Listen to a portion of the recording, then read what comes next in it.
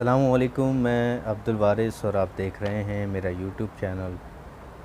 आज हमें जिस मौजू पे बात करनी है वो है वसीयत, या जिसको आम तौर पर वसीयतनामा कहा जाता है।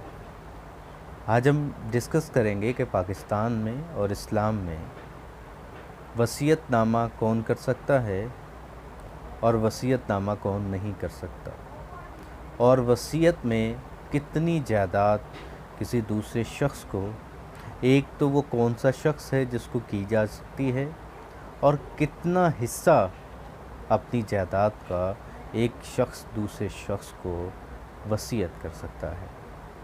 पहले ये समझ लीजिए कि वसीयत का मतलब है अपनी वो ख्वाहिशात और हदायत जो मरने के बाद एक इंसान पूरी करवाना चाहता है अपने वर्सा से।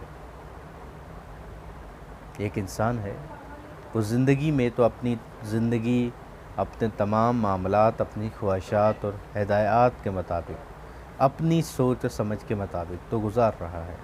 अब वो चाहता है कि उसके मरने के बाद भी उसकी ख्वाहिशात हैं, हदायत हैं कि मेरी जायदाद का कुछ हिस्सा इस तरह तकसीम हो जाए या किसी ऐसे शख्स को मिल जाए तो मरने के बाद की ख्वाहिशात को पूरा करवाना, हदायत को के मुकम्मल करवाने का मतलब है वसीयतनामा। अब वसीयत कौन कर सकता है? हर वो शख्स जो ज़िंदा है और किसी जायदाद का मालिक है वो वसीयत कर सकता है। इसी तरह हर वो शख्स वसीयत कर सकता है जो साहिब अक़ल है। पागल इंसान कतन कोई वसीयत नहीं कर सकता। और इसी तरह वो शख्स जो ग़ुलाम है, किसी की ग़ुलामी में है, वो शख्स भी किसी तरह की कोई वसीयत नहीं कर सकता। दुनिया में वही शख्स वसीयत करेगा या करने का हक़ रखता है जो बालिग भी हो, साहिब अक़ल भी हो, जायदाद भी रखता हो, या उसे उम्मीद हो कि मुझे ये जायदाद मिल जाएगी। और फिर उसके बाद वो साहिब भी वसीयत कर सकता है जो मैंने कहा ज़िंदा हो, वो औरत हो या मर्द हो। और मैंने आपको भी बताया कि वो शख्स भी जो बालिग हो, और शरीयत में 15 साल की उम्र है बालिग होने की, जबकि पाकिस्तान के कानून में उसकी उम्र की जो हद है वो 18 साल है बालिग होने के लिए। तो पाकिस्तान के कानून के तहत 18 साल की उम्र के बाद कोई भी शख्स जो साहिब अक़ल हो वो वसीयत कर सकता है। अब वसीयत एक और शख्स भी नहीं कर सकता। कौन नहीं कर सकता? वो शख्स वसीयत नहीं कर सकता जो बालिग नहीं है, लेकिन इसमें एक रियायत हासिल है कि वो शख्स जो बालिग नहीं है उसने वसीयत कर दी, लेकिन वो जब बालिग हो जाता है और वो अपनी उस वसीयत को, जो उसने जब नाबालिग था उसने वसीयत करती थी, अब वो उस वसीयत पे कायम है, तो अब ये वसीयत जो है वो कानूनन सही हो गई। जब उसने की थी उस वक्त वो बालिग नहीं था, अब उसने जब बालिग हो गया तो उसने उसकी तौसीह कर दी कि मैंने ये वसीयत की थी और मैं इस वसीयत पे कायम हूँ।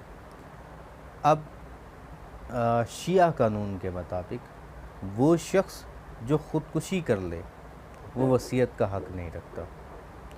शिया कानून के मुताबिक ख़ुदकुशी करने वाला शख्स वसीयत का हक़ नहीं रखता है। तो इस बात को भी आपको समझने की ज़रूरत है। और वसीयत करने का असूल क्या है? वो बहुत सादा सा है। आपकी नीयत है कि आप किसी दूसरे शख्स को अपनी जायदाद जो है उसमें से हिस्सा देना चाहते हैं जो कि आपका वारिस ना हो। वसीयत का एक असूल ये भी है कि आप वारिस को वसीयत नहीं कर सकते। जो आपके वर्सा हैं वो तो आपके वैसे ही हिस्सेदार हैं, आपके हिस्से में शामिल हैं, आपके इंतकाल के बाद उनको वैसे ही आपकी विरासत में से हिस्सा मिलना है। तो एक तो वसीयत वर्सा को नहीं हो सकती, और जब आप गैर वर्सा यानी गैर वारिस को वसीयत करेंगे तो आप उस वसीयत का एक तिहाई यानी कि जायदाद का चौथा हिस्सा आप वसीयत कर सकते हैं। चौथे हिस्से से ज़्यादा आप किसी गैर वारिस को अपनी वसीयत नहीं कर सकते। वसीयत कैसे होगी? वसीयत आपने नियत कर ली, आप वसीयत ज़ुबानी भी कर सकते हैं, उसमें गवाहान की ज़रूरत है कि आपने किन लोगों के सामने ये ज़ुबानी तौर पर ये बयान किया कि मैं इस शख्स को अपने मरने के बाद इतना हिस्सा देना चाहता हूँ, 1/3 हिस्सा उसको दे दिया जाए। आप तहरीरी भी वसीयत कर सकते हैं, उसमें भी आप तहरीर कर सकते हैं कि आपने किस शख्स को कितनी वसीयत करनी है। फिर इसके साथ साथ अगर एक शख्स है वो बोल नहीं सकता, वो लिख नहीं सकता, तो वो वसीयत कैसे करेगा? उसके लिए बहुत सादा सा असूल है कि वो इशारों से, इशारे करते हुए, इशारों से समझाते हुए किसी दूसरे शख्स को अपनी जायदाद में से हिस्सा दे सकता है, वसीयत कर सकता है। अब मैंने आपसे थोड़ी देर पहले कहा कि आप गैर वारिस को वसीयत करेंगे, वर्सा की वसीयत नहीं हो सकती, वर्सा को आप वसीयत नहीं कर सकते। अब मैंने कहा कि चौथा हिस्सा अपनी जायदाद का वसीयत करेंगे, इससे ज़्यादा वसीयत नहीं करेंगे, इससे ज़्यादा वसीयत नहीं हो सकती, लेकिन इससे ज़्यादा भी वसीयत की जा सकती है। ये भी, इसमें भी रास्ता है। वो इस तरह है कि अगर आप अपने किसी गैर वारिस को वसीयत कर देते हैं कि इसको इतना हिस्सा या इतना माल दे दिया जाए मेरी वफ़ात के बाद, जो कि चौथाई हिस्से से ज़्यादा है। अब वर्सा जो हैं उसमें फ़र्ज़ करें 4 से 5 वर्सा शामिल हैं आपके, जिनको हिस्सा मिलना था आपकी जायदाद का। अब तमाम वर्सा अगर उससे इनकारी हो जाए तो आपकी वसीयत पे अमल दरामद नहीं होता। चौथे हिस्से से ज़्यादा उस शख्स को वसीयत में से जायदाद का हिस्सा नहीं मिल सकता। लेकिन अगर उन 5 वर्सा में से 2 वर्सा या 3 वर्सा एग्री हो जाते हैं कि इस शख्स को चौथाई हिस्से भी दिया जा सकता है और इससे ज़्यादा भी दिया जा सकता है जितनी हमारे वालिद साहब ने या वालिदा ने वसीयत की। अब होगा क्या कि जो वर्सा एग्री थे उनमें से, उनकी जायदाद के हिस्से में से उतनी रकम निकाल कर वसीयत किए गए शख्स को अदा कर दी जाएगी, और जो एग्री नहीं थे उनकी जायदाद में से हिस्सा नहीं कटेगा, उनको अपनी जायदाद का हिस्सा वैसे का वैसा ही मिलेगा। तो ये असूल भी याद रखने का है कि अगर वर्सा एग्री हैं सारे के सारे, फिर तो उनको वैसे मिल जाएगा, और अगर उनमें से कुछ एग्री हैं, कुछ एग्री नहीं हैं, तो जो एग्री हैं उनकी जायदाद में से हिस्सा कटेगा और वसीयत होने वाले शख्स को जो है वो हिस्सा मिल जाएगा, और जो एग्री नहीं थे उनकी जायदाद में से हिस्सा नहीं दिया जा सकता, उनको पूरा हिस्सा मिलेगा। इसी तरह वो तमाम जायदाद जो मूवेबल हैं या अनमूवेबल हैं, उन तमाम की तमाम जायदाद की वसीयत की जा सकती है। अब वसीयत में एक और चीज़ याद रखिए, वसीयत ऐसे शख्स को की जा सकती है जो मौजूद हो, जो ज़िंदा हो, इस दुनिया में हो। ऐसे शख्स को नहीं दी जा सकती जो इंतकाल कर चुका हो। लेकिन ऐसा बच्चा जो भी माँ के पेट में है उसको वसीयत की जा सकती है उसके नाम पर, लेकिन शर्त यह है कि उसका दुनिया में आने का जो टाइम है वो 6 महीने हो।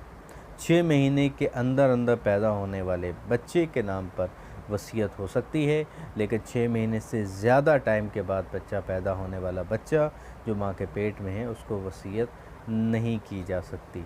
तो इस असूल को भी याद रखना है वसीयतनामे पर। अब इसमें एक असूल और भी है, अगर एक सरबराह ने, एक शख्स ने वसीयत कर दी अपनी जायदाद, अब उसके वर्सा अगर खामोश हैं, इनकार नहीं कर रहे, लेकिन हामी भी नहीं भरी, खामोशी इख्तियार कर ली, तो इसका मतलब ये समझा जाएगा कि वो इस वसीयतनामे पे एग्री हैं। खामोश रहने का मतलब है कि वो इस वसीयतनामे पे एग्री हो गए हैं। और वसीयत में एक और असूल जो है वो याद रखने का है कि वसीयत सिर्फ़ एक मुस्लिम टू नॉन मुस्लिम नहीं, मुस्लिम टू मुस्लिम नहीं है, या नॉन मुस्लिम टू नॉन मुस्लिम नहीं है।